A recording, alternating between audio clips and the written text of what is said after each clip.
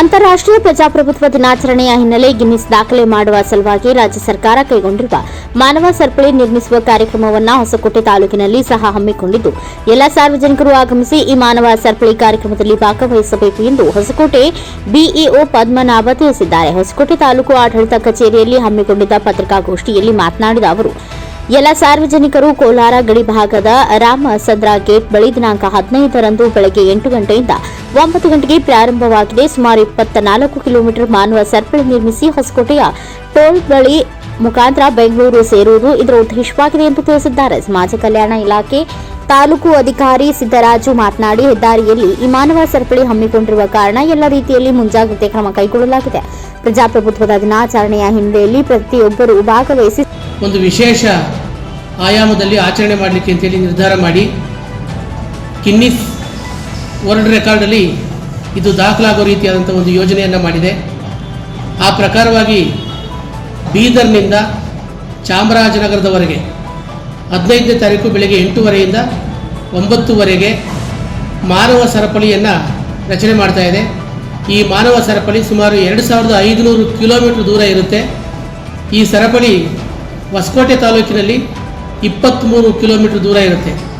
ಈಗ ನಮ್ಮ ಯುವ ಸಾಹೇಬರು ಹೇಳಿದಂಗೆ ಕೋಲಾರ ಗಡಿ ಭಾಗದಿಂದ ಪ್ರಾರಂಭವಾಗುವಂಥ ರಾಮಚಂದ್ರ ಏನಿದೆ ಅಲ್ಲಿಂದ ಬರುವಂಥ ಸರಪಳಿ ನಮ್ಮ ಬೆಂಗಳೂರಿಗೆ ನಾವು ಚಲಿಸುವಂಥ ಮಾರ್ಗದಲ್ಲಿರುವಂಥ ಟೋಲ್ ಗೇಟ್ನಲ್ಲಿ ಅಂತ್ಯ ಆಗುತ್ತೆ. 23 ಕಿಲೋಮೀಟರ್ ದೂರ ಇದೆ.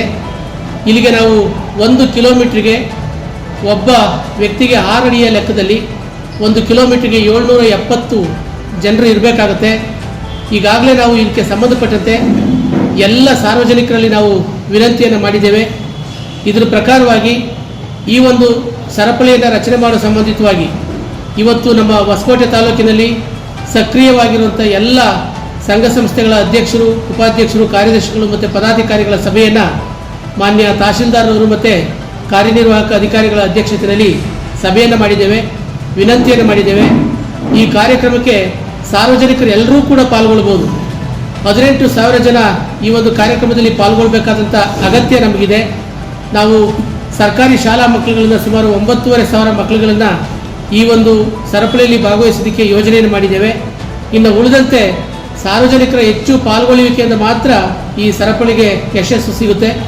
ದಯವಿಟ್ಟು ಕೇವಲ ಆ ಭಾಗದಲ್ಲಿ ಇರುವಂಥವ್ರು ಅಷ್ಟೇ ಅಲ್ಲ, ಹೊಸಕೋಟೆ ತಾಲೂಕಿನಲ್ಲಿರ್ತಕ್ಕಂಥ ಎಲ್ಲ ಸಾರ್ವಜನಿಕರು, ಇದು ಕೇವಲ ವಿದ್ಯಾರ್ಥಿಗಳು ಅಥವಾ ಸಂಘ ಸಂಸ್ಥೆಗಳ ಸದಸ್ಯರು ಅದಷ್ಟೇ ಪಾಲ್ಗೊಳ್ಳುವಿಕೆ ಅಲ್ಲ, ಎಲ್ಲ ಸಾರ್ವಜನಿಕರು ಕೂಡ ಇದರಲ್ಲಿ ಪಾಲ್ಗೊಳ್ಳೋದಕ್ಕೆ ಅವಕಾಶ ಇದೆ. ಪಾಲ್ಗೊಳ್ಳೋದ್ರ ಮುಖಾಂತರವಾಗಿ ಅರ್ಥಪೂರ್ಣವಾಗಿ ನಮ್ಮ ಪ್ರಜಾಪ್ರಭುತ್ವ ದಿನಾಚರಣೆಯನ್ನು ಕರ್ನಾಟಕ ಸರ್ಕಾರದ ನಿರ್ದೇಶನದಂತೆ ಆಚರಣೆ ಮಾಡಲಿಕ್ಕೆ ಅವಕಾಶ ಇದೆ. ದಯವಿಟ್ಟು ಎಲ್ಲರೂ ಕೂಡ ಅವತ್ತು ಬೆಳಿಗ್ಗೆ 8 ಗಂಟೆ ವರ್ಷದೊಳಗಡೆ ಏನು ಇವತ್ತು ಆ ಒಂದು ಹೆದ್ದಾರಿ ಇದೆ, ಆ ಹೆದ್ದಾರಿಯ ರಾಮಚಂದ್ರದಿಂದ ಬಂದು ಈ ಟೋಲ್ ಗೇಟ್ಗೆ ಅಂತ್ಯ ಆಗುವಂಥ ಹೆದ್ದಾರಿ ಇದೆ.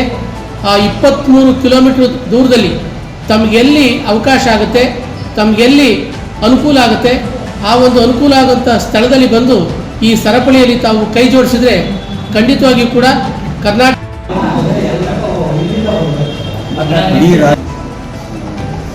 ಆಯೋಜಿಸಲಾಗಿತ್ತು. ಅದರ ಪ್ರಯುಕ್ತ ಹೊಸಕೋಟೆ ತಾಲೂಕಿನ ರಾಮಚಂದ್ರ ಗೇಟಿಂದ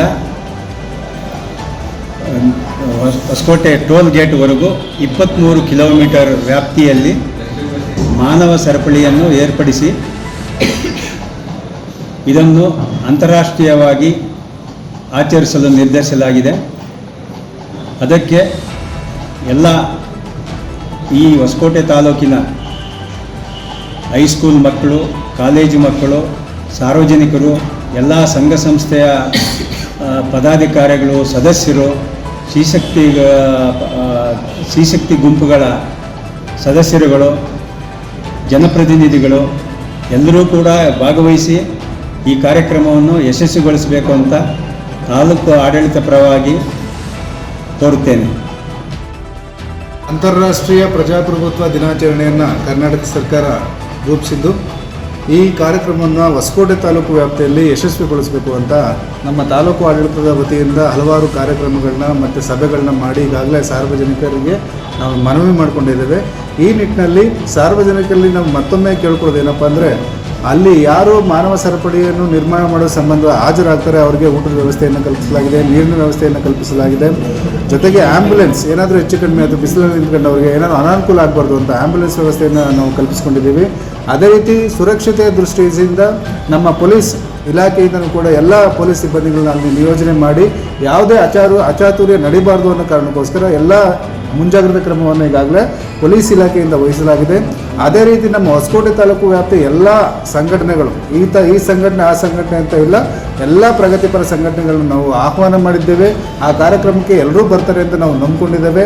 ಅದೇ ರೀತಿಯಾಗಿ ಹೊಸಕೋಟೆ ತಾಲೂಕು ವ್ಯಾಪ್ತಿ ಎಲ್ಲ ಸಾರ್ವಜನಿಕರು ಈ ಕಾರ್ಯಕ್ರಮದಲ್ಲಿ ಭಾಗವಹಿಸಬೇಕು ಅಂತ ನಾನು ಮತ್ತೊಮ್ಮೆ ಮನವಿ ಮಾಡಿಕೊಳ್ತಾ ಇನ್ನೊಮ್ಮೆ ನಮ್ಮ ಪತ್ರಕರ್ತರು ಮತ್ತು ಮಾಧ್ಯಮದಲ್ಲಿ ಮತ್ತೊಮ್ಮೆ ಮನವಿ ಮಾಡಿಕೊಳ್ಳೋದೇನಪ್ಪ ಅಂದರೆ ಎಲ್ಲರೂ ಅತ್ಯಂತ ಹೆಚ್ಚು ಪ್ರಚಾರವನ್ನು ಈ ಕಾರ್ಯಕ್ರಮ ದೃಷ್ಟಿಯಿಂದ ಕೈಗೊಂಡಲ್ಲಿ ಪ್ರಜಾಪ್ರಭುತ್ವ ಬಲಪಡಿಸೋದ್ರಲ್ಲಿ ತಾವು ಕೂಡ ಪಾತ್ರ ವಹಿಸ್ತೀರಿ ಅಂತ ಹೇಳ್ತಾ ಮತ್ತೊಮ್ಮೆ ತಮ್ಮಲ್ಲೂ ಕೂಡ ಮನವಿಯನ್ನು ಮಾಡಿಕೊಳ್ತಾ ನನ್ನ ಮಾತನ್ನು ಮುಗಿಸ್ತೀನಿ.